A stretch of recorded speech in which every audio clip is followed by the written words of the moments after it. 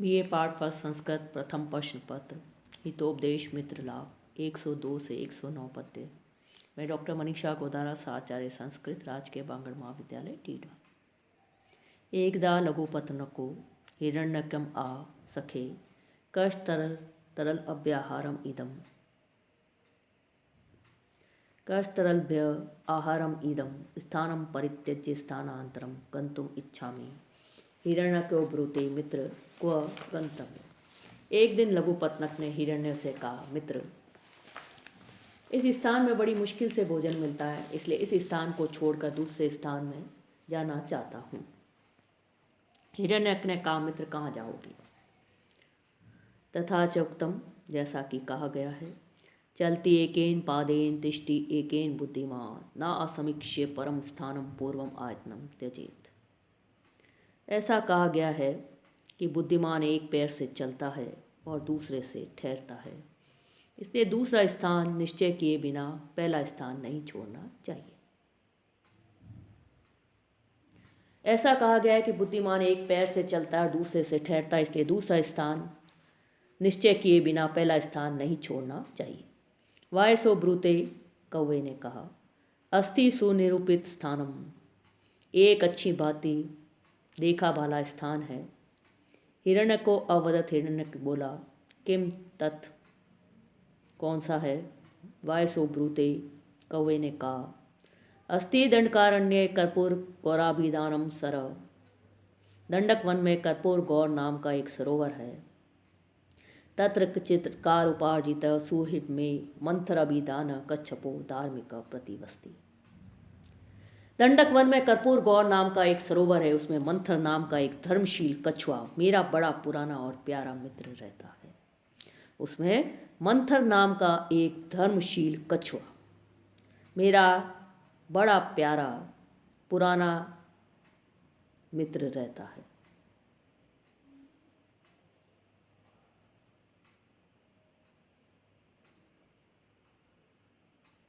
यथा, क्योंकि परोपदेशे पांडित्यम सर्वेशाम सुकरम नृणाम धर्मे स्वयं अनुष्ठानम कस्य चित्तु महात्मना।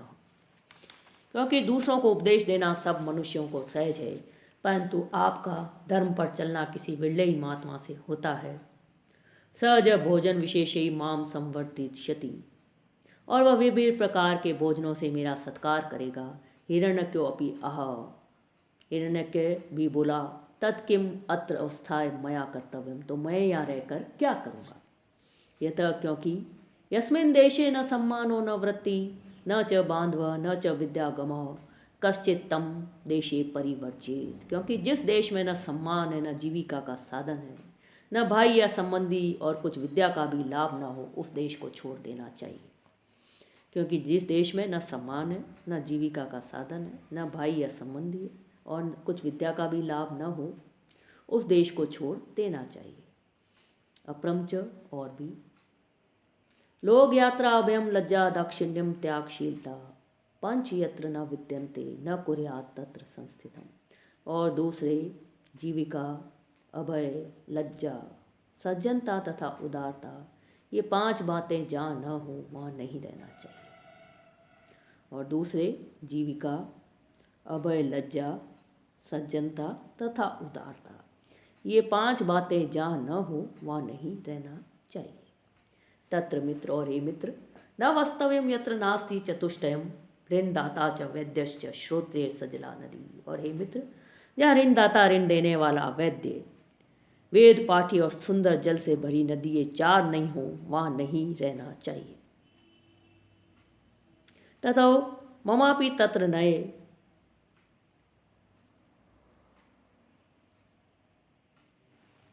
तो मुझे भी वहाँ ले चलो।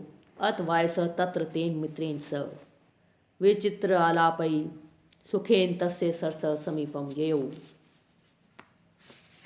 तथो मंत्रो दुरात अवलोक्य लघुपतनक से यथोचितम आतिथ्यम विदाय मुष्कस्य अति सत्कारम चकार।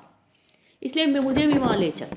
पीछे कौवा उस मित्र के साथ अच्छी अच्छी बातें करता हुआ बेखटके बिना डर के उस सरोवर के पास जा पहुँचा। फिर मंथर ने उसे दूर से ही देखते ही लघुपत्न का यथोचित अतिथि सत्कार करके चूहे का भी अतिथि सत्कार किया।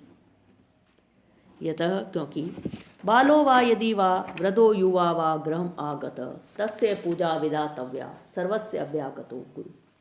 क्योंकि बालक, बूढ़ा तथा युवा, इनमें से घर पर कोई भी आया हुआ हो उसका आदर सत्कार करना चाहिए, क्योंकि अभ्यागत अर्थात अतिथि सब चारों वर्णों का पूज्य है।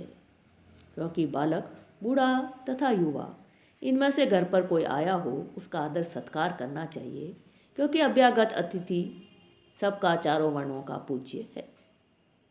गुरुरग्नि द्विजातीनां वर्णानां ब्राह्मणो गुरु पतेरेको गुरु स्त्रीनाम सर्वस्य अभ्यागतो गुरु। ब्राह्मणों को अग्नि, चारों वर्णों को ब्राह्मण, स्त्रियों को पति और सबको अभ्यागत अर्थात अतिथि सर्वथा पूजनीय है। वायसो अवदत्।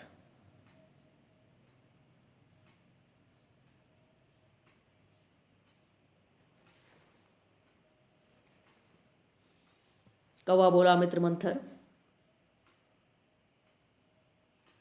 वायसो वदत् सखे मंथर सविशेष पूजामस्मै विदेहि यतो अहम पुण्य कर्मणा दूरी न कारुण्य रत्ना करो हिरण्यक नामा मूषिक राजः। कौवा बोला, मित्र मंथर, इसका अधिक सत्कार कर, क्योंकि ये पुण्यात्माओं का मुखिया और करुणा का समुद्र हिरण्यक नाम का चूहों का राजा है। एतस्य गुणस्तुतिम जीवा सहस्त्र द्वयन अपि सर्प राजो न वर्णितवान। इसके गुणों की बड़ाई 2 सहस्त्र जीवों से शेष नाग भी कभी नहीं कर सकता है। इति उक्त्वा ऐसा कहकर के चित्रग्रीव उपाख्यानम वर्णितवान, ऐसा कहकर के चित्रग्रीव के का वृत्तांत कह सुनाया। मंत्र सादरम हिरण्यकम संपूज्य अह भद्र आत्मनो निर्जन वनागमन कारणम आख्यातुम अहर्षि। चित्र का मंथर बड़े आदर से हिरण्य का सत्कार करके पूछने लगा, हे मित्र, इस निर्जन वन में अपने आने का भेद तो कहो। हिरण्यक बोला, मैं कहता हूँ, सुनो। चौथी कथा, सन्यासी और धनिक चूहे की कहानी। अस्ति चंपक अभिधानम।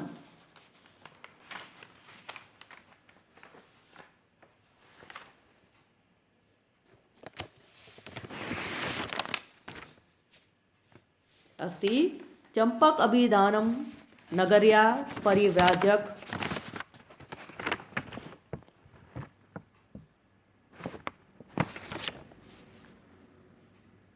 प्रतिवस्ति स च भोजन अवशिष्ट भिक्षान सहितम भिक्षापात्रम नागदंत के अवस्थाए स्वपीति।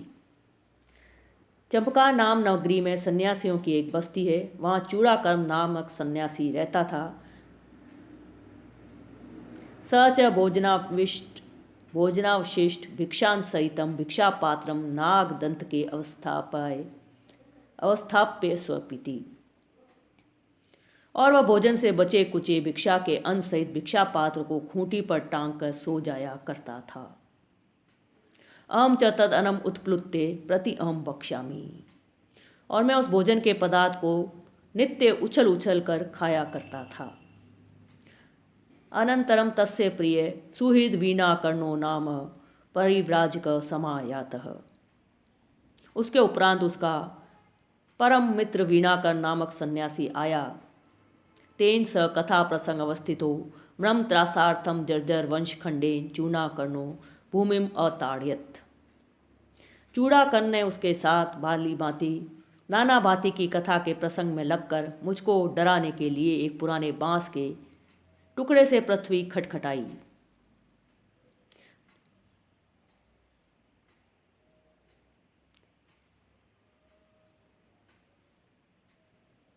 वीणाकर्ण उवाच। वीणाकर्ण ने कहा, सखेम किम इति मम कथा विरक्तो अन्यासक्तो भवान। ये क्या मित्र, ये क्या बात है कि तुम मेरी कथा में विरक्त हो और दूसरी में लगे हो। चूड़ाकर्णेन उक्तम मित्र नाहम विरक्त किम तु पश्य अयम मूषिको मम अपकारी सदा पात्रस्थम भिक्षा अनम उत्प्लुत्ते पक्ष्यति। चूड़ाकर्ण ने कहा, मित्र, मैं विरक्त नहीं हूँ, परंतु देखो यह चूहा मेरा अपकारी है। पात्र में रखे हुए भिक्षा के अन्न को सदा उछल उछल कर खा जाता है। वीणाकर्णो नागदंतकम विलोक्य आहा। वीणाकर्ण ने खूंटी की ओर देख कर कहा, कथम मूषिका स्वबल बलोपेतावत दूरम उत्पत्ति। वीणाकर्ण ने खूंटी की ओर देखकर कहा, ये दुबला पतला सा चूहा कैसे इतना ऊपर उछलता है, इसलिए इसमें कुछ ना कुछ कारण होना चाहिए।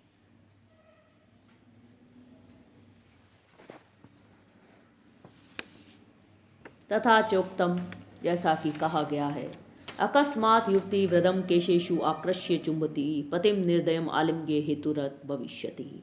जैसा कि कहा गया है कि अचानक एक जवान स्त्री ने केश पकड़कर और प्रेम से आलिंगन करके अपने बूढ़े पति का मुख चुम्बन किया, वैसा ही इसमें कोई कारण होगा। चूड़ाकर्ण पृच्छति, चूड़ाकर्ण पूछने लगा, कथम एतत् वीणाकर्ण कथयति, ये कथा कैसे वीणाकर्ण कहने लगा। कथा 5, बूढ़ा बनिया और उसकी व्यभिचारिणी स्त्री की कहानी। बूढ़ा बनिया और उसकी व्यभिचारिणी स्त्री की कहानी। अस्ति गौड़ीय कौशंबी नाम नगरी तस्याम चंदन दास नामा वणिक मादनो निवसति। बंगाल देश में कौशंबी नामक एक नगरी है, उसमें चंदन दास नाम का एक बड़ा धनवान बनिया रहता था। तेन पश्चिमे वयसी वर्तमानेन कामाधिष्ठित चेतसा धन दर्पात लीलावती नाम वणिक पुत्री परिणीता। उसने बुढ़ापे में कामातुर होकर धन के मद से लीलावती नामक एक बनिए की बेटी से विवाह कर लिया। साच मकर केतुर विजय वैजंती वे यौवनवती बभू। वह लीलावती कामदेव की विजय पताका के समान तारुण्य तरंगिता हुई। सच व्रतपति तस्या संतोषाय नाभवत, पर बूढ़ा पति उसके संतोष करने के योग्य नहीं था। 110वां पद्य यत, क्योंकि शशिनीव हिमार्ता नाम घर्मार्ता नाम रवौ इव मनो न रमते स्त्रीनाम जरा जीनेन्द्रिय पतौ। क्योंकि जैसे पाले से मरे हुओं का चित चंद्रमा में और धूप से दुखियों का सूरज में नहीं लगता है, वैसे स्त्रियों का मन शीतल इंद्रियों वाले पति में नहीं लगता है। जैसे पाले से मरे हुए व्यक्ति का चित चंद्रमा में और धूप से दुखी व्यक्ति का मन चित सूरज में नहीं लगता है, वैसे स्त्रियों का मन शीतल इंद्रियों वाले पति में नहीं लगता।